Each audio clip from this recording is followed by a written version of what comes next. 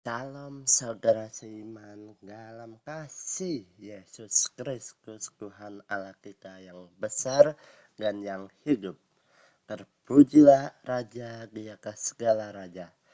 Selamat malam, dan aku akan menyampaikan firman Tuhan dalam Ibrani 7 ayat 1 sampai 28.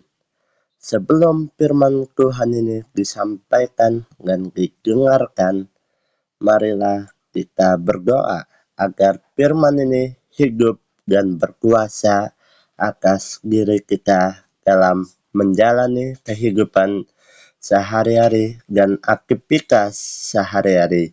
Terpujilah Yesus Kristus dahulu, sekarang, sampai selama-lamanya.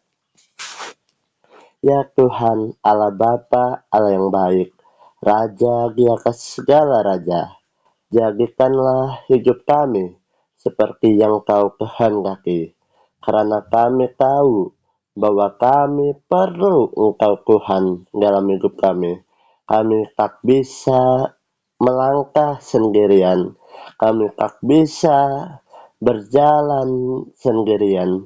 Kami butuh Engkau sebagai tujuan utama kami, sebab kami tahu bahwa Engkau menciptakan kami dengan tujuan memuliakan nama-Mu, mengagungkan kebesaran-Mu, sebab Engkaulah Allah kami, Allah yang besar, Allah yang setia, dan Allah yang baik.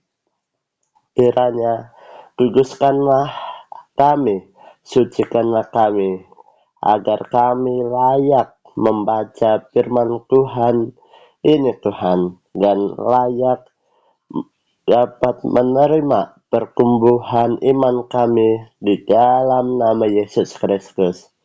Kiranya Engkaulah yang akan berbicara dalam hidup kami dan menjadi sumber kekuatan kami Tuhan. Kami tak bisa apa-apa tanpa-Mu. Oleh karena itu kami butuh Engkau Tuhan untuk memasuki hidup kami. Izinkanlah kami Tuhan untuk memasuki hadirat-Mu Tuhan, karena hadirat-Mu yang berkuasa atas segalanya. Kasih setia-Mu menyelamatkan kami. Terpujilah Yesus Kristus, Raja kami, Allah kami yang hidup. Haleluya, amin. Ibrani 7 ayat 1 sampai 28. Tema perikop Ibrani 7 ayat 1 sampai 10 ialah Kristus dan Melkisedek.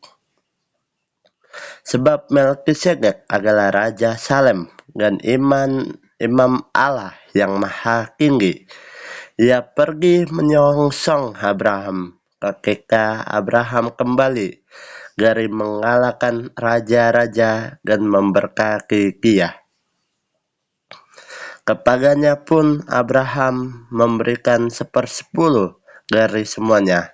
Menurut arti namanya, Melkisedek adalah pertama-tama Raja Kebenaran dan juga Raja Salem, yaitu Raja Damai Sejahtera. Ia tidak berbapa, tidak beribu, tidak bersisilah. Harinya tidak berawal dan hidupnya tidak berkesudahan. Dan karena ia dijadikan sama dengan anak Allah, ia tetap menjadi imam sampai selama-lamanya. Camkanlah betapa besarnya orang itu yang kepadanya Abraham, bapa leluhur kita, memberikan 1/10 dari segala rampasan yang paling baik. Dan mereka dari anak-anak Lewi yang menerima jabatan imam mendapat tugas menurut hukum Taurat untuk memungut persepuluhan dari umat Israel, yaitu dari saudara-saudara mereka, sekalipun mereka ini juga adalah keturunan Abraham. Tetapi Melkisedek yang bukan keturunan mereka memungut persepuluhan dari Abraham dan memberkati dia.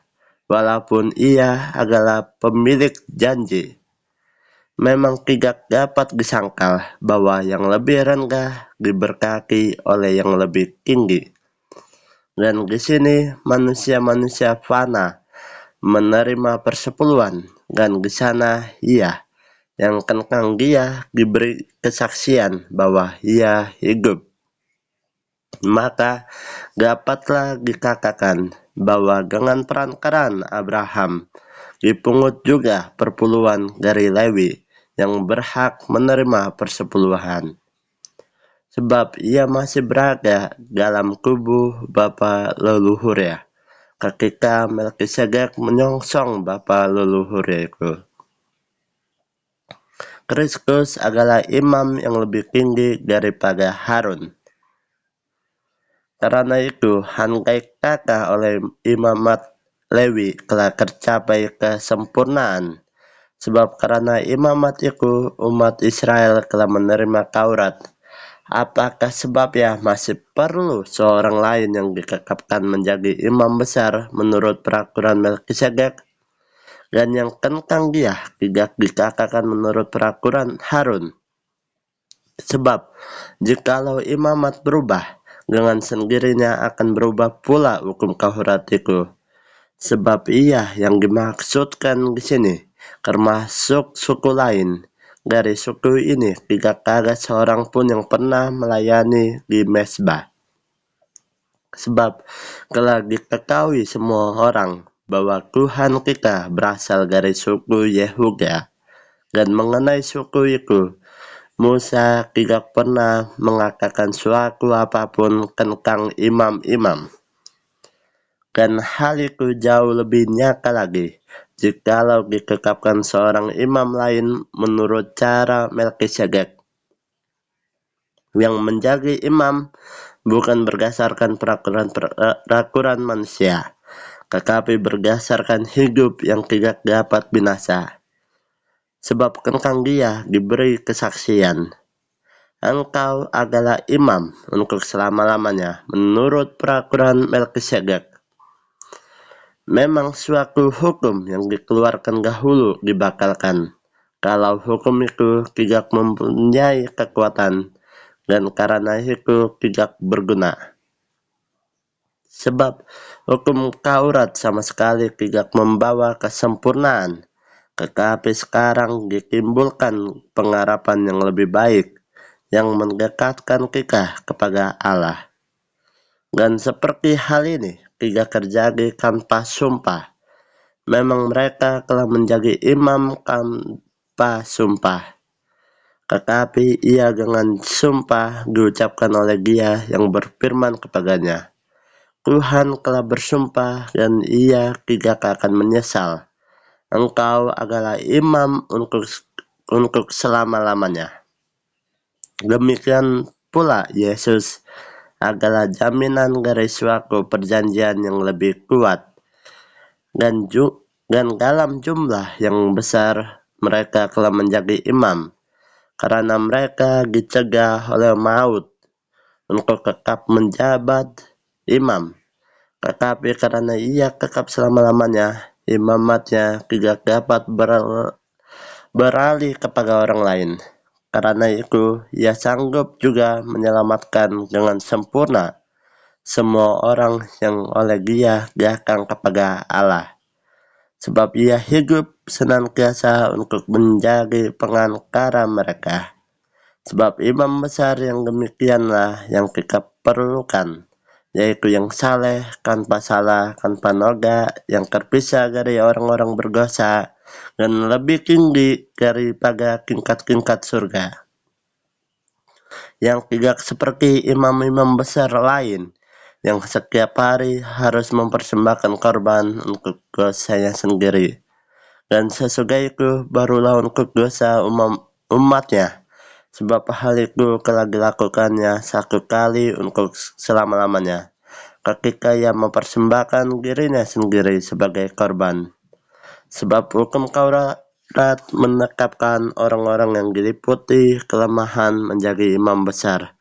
Tetapi sumpah yang diucapkan kemudian daripada hukum Taurat menetapkan anak yang telah menjadi sempurna sampai selama-lamanya. Amin. Beginilah renungan firman Tuhan yang kudapatkan hari ini. Aku akan memberikan sesuai pengetahuan diriku. Yang pertama, ayat 1 sampai 10. Kristus dan Melkisedek sebenarnya itu satu kesatuan. Pada perjanjian lama, Melkisedek itu Allah yang menyertai Abraham, sehingga Abraham itu kagum dan menghormati Allah dan memberikan persepuluhan kepada Allah itu, sebab Allah yang menciptakan segalanya. Begitu pula dalam perjanjian baru, Yesus Kristus yang menciptakan semuanya, sanggup menyembuhkan, sanggup memulihkan. Barang siapa yang percaya kepadanya akan selamat dan tidak binasa. Oleh karena itu, kita harus percaya seperti Abraham yang percaya kepada Allah. Begitu pula pada zaman ini kita harus percaya kepada Yesus Kristus sebagai juru selamat kita.